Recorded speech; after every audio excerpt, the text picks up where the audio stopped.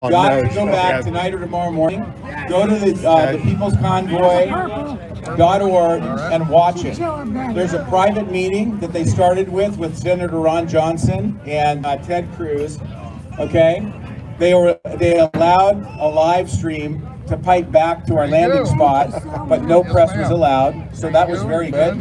Then all of a sudden, 45 press members came in. A lot of them were pretty aggressive, and you won't believe how powerful our team's response was.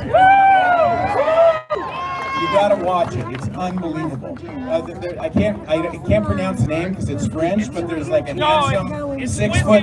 What you see is what you get. Acronym. There's a handsome black guy with the cowboy hat. He's only 18 years old. Most of us have seen him. He's been with us since Atlanta. He flew out today. He's got a French name. Can't remember how to pronounce it. But John L. Shout out to John L. He put the press on blast. Those of you who didn't see it, you have to watch it. They came after Brasi pretty powerfly, and he stood up. He's 18 years old, 6'3", and he said, "Excuse me, be quiet. It's my turn to talk." And he laid it out. And guess what? The legacy mainstream media does not know how to deal with something like that counters the narrative of KKK, racist. He actually said those words and said, "You're ridiculous, you're dividing the country, let me tell you how it is." And he threw the Constitution, the pocket Constitution down, actually on the table in front of 2 senators, powerful senators, and 45 news people, and he said, "What good is this?" I mean, you guys got to watch it. So listen, without any further ado, we got people sitting on a bunch of boxes over here. How many of you people know who RFK Jr. is? Kennedy family, Bobby Kennedy.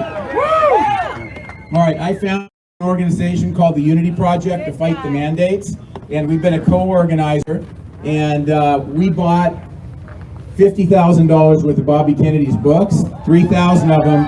I need volunteers to strip those things open, and I want everybody to take a book. And I'm telling you, if you got a short attention span, read chapter 1 and read the last chapter if you don't want to read the whole book because it's fairly thick. It'll blow you away. I've been in the early treatment fight. Dr. Pierre Corey, Dr. Paul Alexander, close personal friends of mine. I've worked with Dr. Corey Daly for the last 2 years on the board of the FLCCC Alliance, ivermectin. And I lived the stories in this book with all of the people in the book, and you have to read it. So if we can get volunteers, let's open those. And I don't want to take away from the living poet, or what you call him.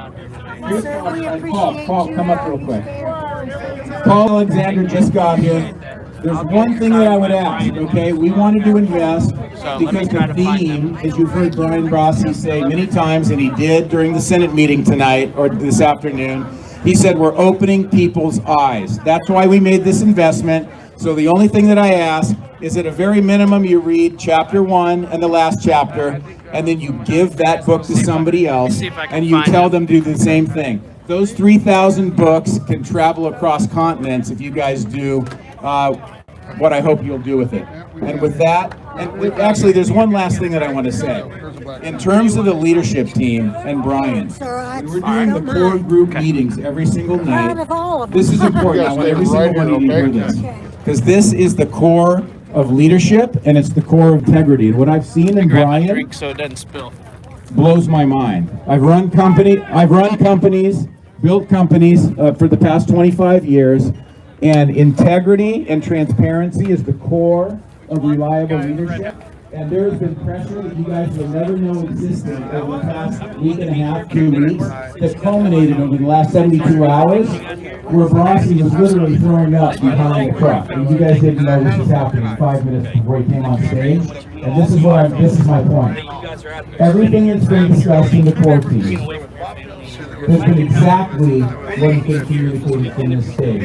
And that's almost never the case in corporate America, and it certainly hell isn't the case with our politicians. He has my respect, and he's somebody along with Marcus and Mike and others that almost the rest of my life. So I'm honored and deeply blessed to be a part of this movement. It's one of the most amazing experiences I've had in my entire life. With no further ado, Dr. Paul Alexander.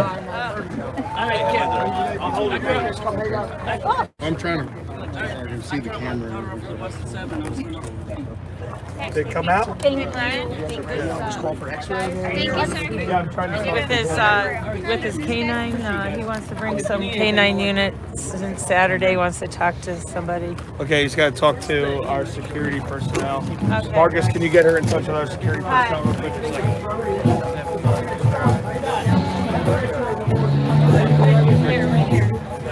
Take that one. I could never get a minute with him. We've been trying to get it back and forth when I skipped my son's birthday. We tried to get a shout Say hi out. to her. The stage, the God stage. Yeah. So we led them.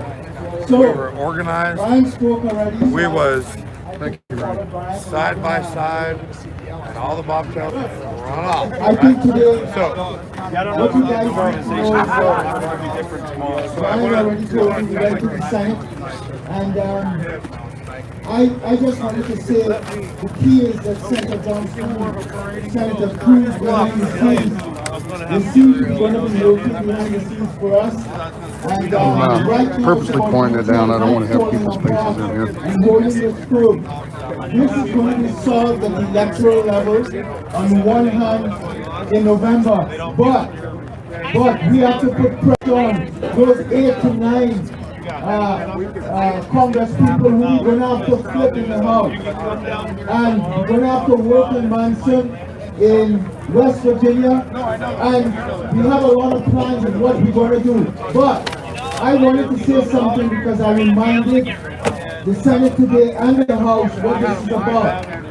What happened here was that when the pandemic began, it was a chopper for 2 years that followed this virus, the worst experience of the United States. And it was the chopper who was everyone, the top of the class, the remote working class, the food class, when they went home and locked down. It was the chopper who stood